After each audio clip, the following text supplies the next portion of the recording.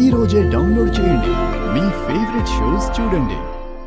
నీకంతా తెలిసిపోయింది కదా, నీ ముందు ఇంకా నాటకం ఎందుకు? ఇదంతా నీ పనా? ఎస్.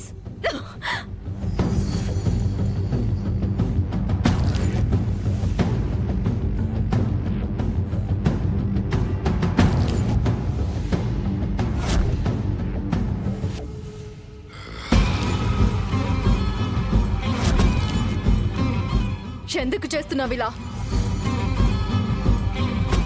నువ్వు నాకు నిద్ర లేకుండా చేస్తున్నావు కదా, అందుకే.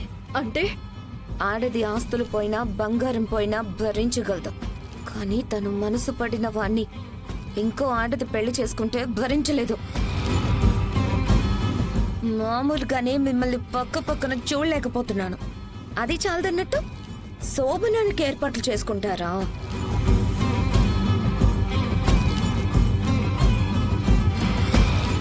మీ శోభనం జరగకుండా ఫేక్ పోలీసుల్ని అడ్డుపెట్టి ఆపేశాను.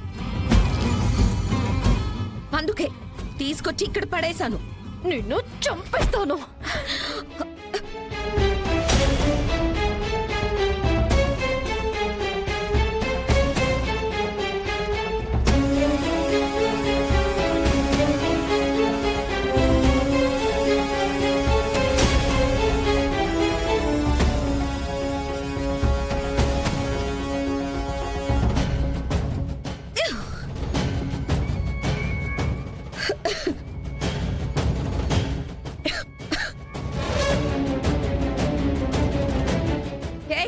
నా మీదకి చెయ్యెత్తుతావా? ఇద్దరూ కలిసి నాటకవాడి సీను బాబా నన్ను పెళ్లి చేసుకుంటాడని నమ్మించారు. అది నిజమేనేమో అనుకొని మా నాన్నని చంపుకోవడానికి కూడా నేను వెనకాడలేదు. అమ్మవారి మాల కూడా తీసేశాను.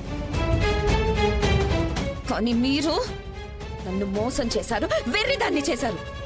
చిర్రెత్తుకొచ్చింది, అందుకే ఇలా దెబ్బతీశాను. ఇప్పుడు నువ్వు ఎక్కడున్నావో కూడా ఎవ్వరికీ తెలీదు. అందరి దృష్టిలో పోలీసులు నిన్ను అరెస్ట్ చేశారు, కానీ వీళ్ళు నిజమైన పోలీసులు కాదు. ఇప్పుడు నీ బతుకు నా చేతిలో ఉంది.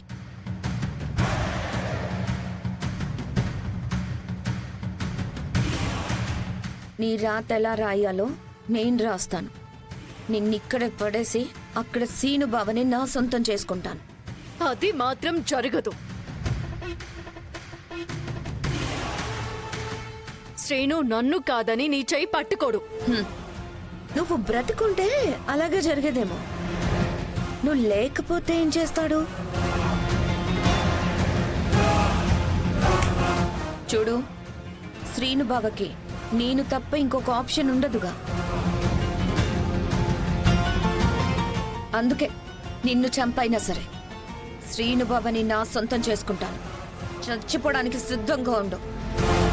చారు, చారు, చారు.